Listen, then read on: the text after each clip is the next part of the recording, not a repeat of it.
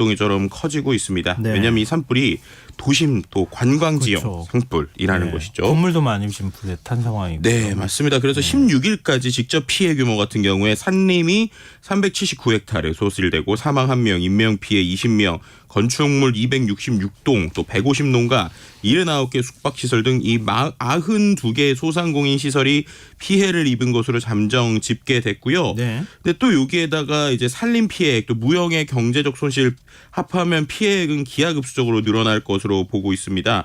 뭐 예약 취소와 같은 관광 손실 포함하면 규모 1조 원 되는 것이 아니냐라는 얘기도 나오고 있고요. 그다음에 이제 또 한 가지 우리가 안타까운 것이 바로 소나무입니다. 예. 그러니까 속림 피해가 컸다는 건데요. 뭐 11만 그루 이상의 피해가 추정되고 있어요. 뭐 이런 거 같은 경우는 뭐 1, 2년 안에 될 수 있는 게 아니다 보니까 그렇죠. 이 피해들을 어떻게 좀 복구할 것인가에 대한 이야기들이 나오고 있고요. 예. 또 이제 그 일반적인 피해뿐만 아니라 이제 어렵고 힘든 대피소 생활을 하고 있는 이 이재민 분들의 트라우마들도 계속 나오고 있는 상황입니다. 이재민 분들이 여전히 극심한 정신적 피해를 호소하고 있다는 것인데요. 네. 초기에 이제 적절한 피해를 받지 않으면 외상 후 스트레스 장애가 계속될 수 있기 때문에 네. 좀 지속적인 상담과 치료가 필요한 상황입니다. 그래서인지 이 상담을 통해서 고위험군으로 판단되는 경우에 강릉시 정신건강복지센터 또 인근 의료기관과 연계해서 지금 치료가 이루어지고 있는데 네. 어쨌든 산불이 꺼진 지 일주일 지났는데 심리상담 받은 이재민 분들은 전체 절반도 안 되신다고 그래요. 그러니까 우리가 보통 괜히 좀 괜찮겠지 이런 것 때문에 심리상담을 받으실 수도 있는데 소극적인 상황이라고 하는데요.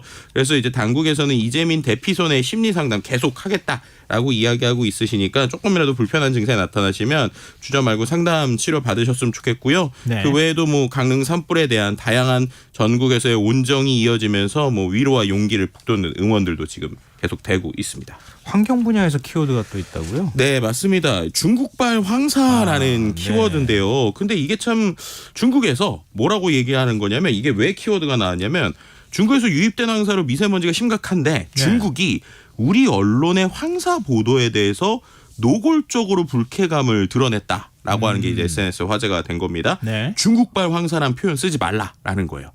그러면 어떤 표현을? 그러니까 본인들도 피해를 받았다는 겁니다. 이게 또 정확하게 표현하면은 본인들이 얘기할 때 몽골에서 온 곳이다. 몽골 고비 사막 있는 데서 날라온 것이니까. 그렇죠. 그러니까 이제 강력한 두 황사 베이징에서 600km 이상 떨어진 몽골에서 발생했다라고 중국 관영 글로벌 타임스에 얘기하면서 예. 중국이 몽골발 황사의 피해자다. 근데 한국 일부 언론이 뭐 재난 등의 선동적 표현까지 사용했다. 뭐 이렇게 지금 이야기를 하고 있고요. 네. 근데 이제 중국 언론들은 올해 몽골에서 시작된 2차례 황사만 언급했을 뿐 중국 서쪽 뭐 신장과 북구 네이멍구에서 발생한 이제 황사에 대해서는 언급도 하지 않았거든요. 예. 그러니까 중국에서 발생한 황사가 총 9차례인데 그런 부분에 있어서 뭐 몽골발 황사가 좀 나오니까 이거에 대해서 뭐 이러한 이거 중국이라고 표현하지 마라. 뭐 이렇게 얘기하고 있고요. 근데 이제 SNS에 댓글을 보면 이런 겁니다. 만약에 이제 몽골에서 왔다고 할지라도 우리가 네. 보통 중국 황사라고 하는 얘기가 결국엔 중국에 있는 오염물질 뭐 이런 것들 같이 와서 그러는 거 아니냐라고 하면서 이런 부분에 있어서 왜 좋은 거는 다 중국 거라고 하면서 왜 나쁜 것들은 중국 거가 아니냐고 하냐 뭐 이런 식의 SNS 의견들도 좀 같이 볼 수 있었습니다. 지금 중국이 별로 감정이 안 좋나요? 우리한테. 네. 그러니까요. 자, 그러면 2위 주제는 어떤 분야에서 나왔습니까? 네, 2위 주제는 경제 분야고요. 주식 카테고리에 있는 CPI라고 하는 키워드입니다. 예. 미국의 연말 소비자 물가 지수와 관련된 얘기인데요. 이제 16일에 월스트리트저널에 따르면 지난 7일에서 11일까지 경제학자 62명을 대상으로 이제 미국의 경제학자죠.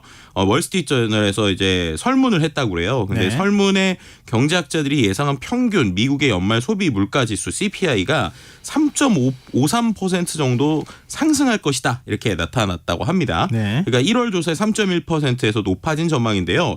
여러 가지 뭐 미 연방 준비 제도의 긴축 경계감도 그렇고 미국의 인플레가 계속 지속되는 거 아니냐. 뭐 이런 얘기들이 계속 나오다 보니까 이것에 따라서 우리나라의 환율도 좀 계속적으로 급등하고 있는 모습을 보여주고 있어요. 그래서 네. 이런 부분에 있어서 우리 어떻게 보면은 계속적으로 이제 끝난 거 아니냐라고 생각했었던 인플레이션이 계속 유지되니까 좀 걱정스러운 의견들이 SNS도 같이 볼 수 있었습니다.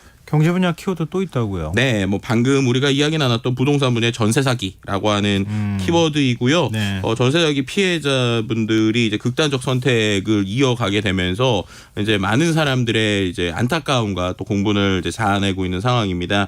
특히 이제 지난 17일에 죄송합니다. 지난 14일에 이제 숨진 채 발견된 A 씨 같은 경우에는 우리가 정말 안타까운 이야기들이 있었죠. 이제 피해자 20대 분께서 사망 전 극심한 생활고에 시달리면서 이제 엄마 2만 원만이라고 하는 이 이야기가 이제 많이 화제가 됐고요. 그래서 방금 이제 통화하신 것처럼 전세 사기 피해자 분들께서 전국 대책위를 출범하면서 이건 사회적 재난이다.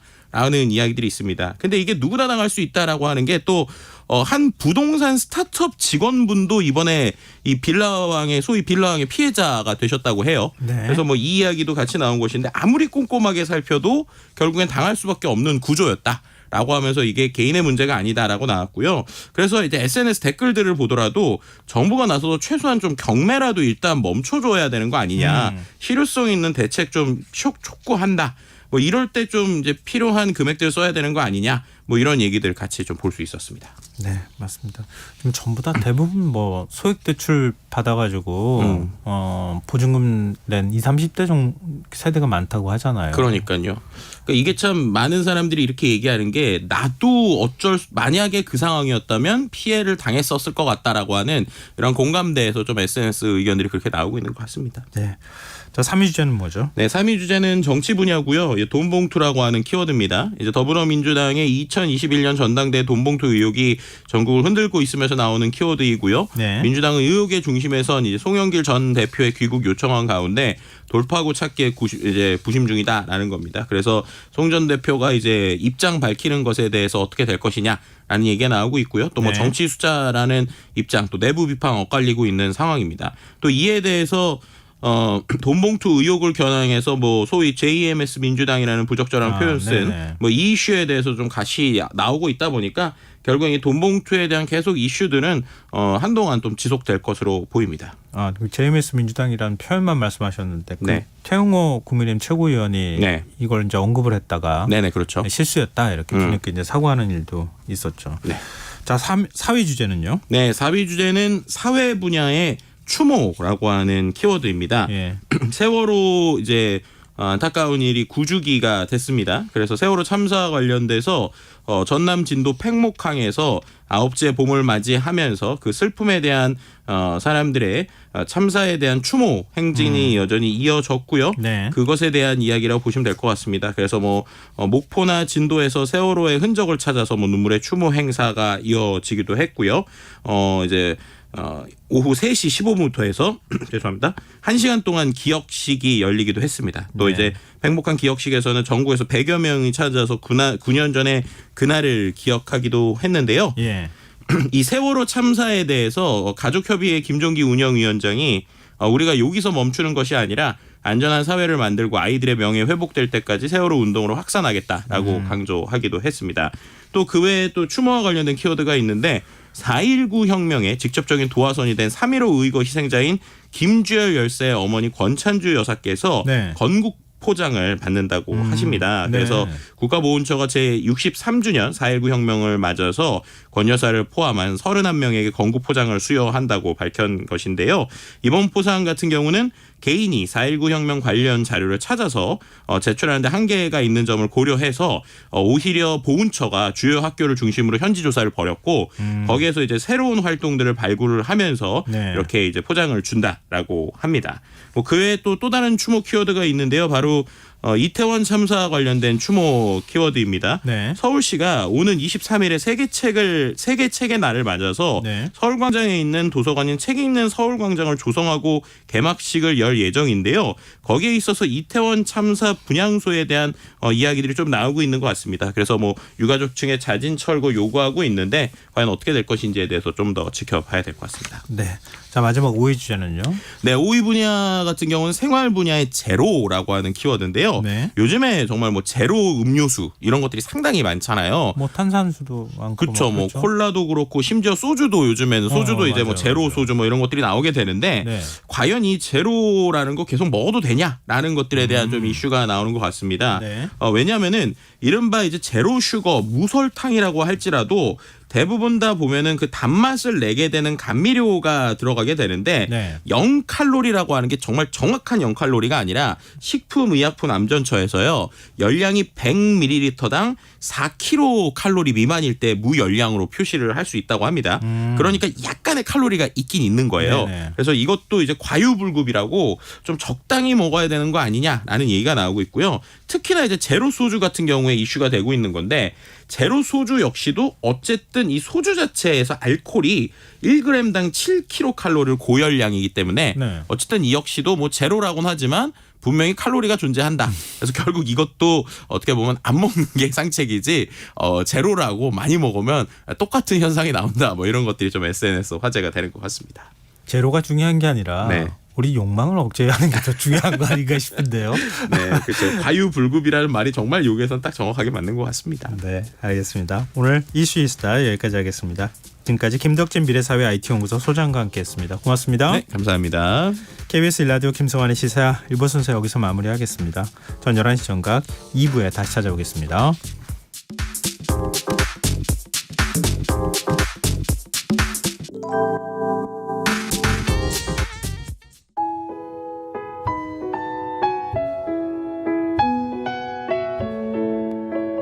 경제적인 어려움에 처한 위기 가정들이 늘고 있습니다. 복지 사각지대에 처해 있는 가정들을 미리 찾아서 지원하고 위기로부터 구하는 일이 시급한데요. KBS 강태원 복지재단은 전국의 복지관과 연대해 복지 사각지대에 있는 위기 가정들을 찾아서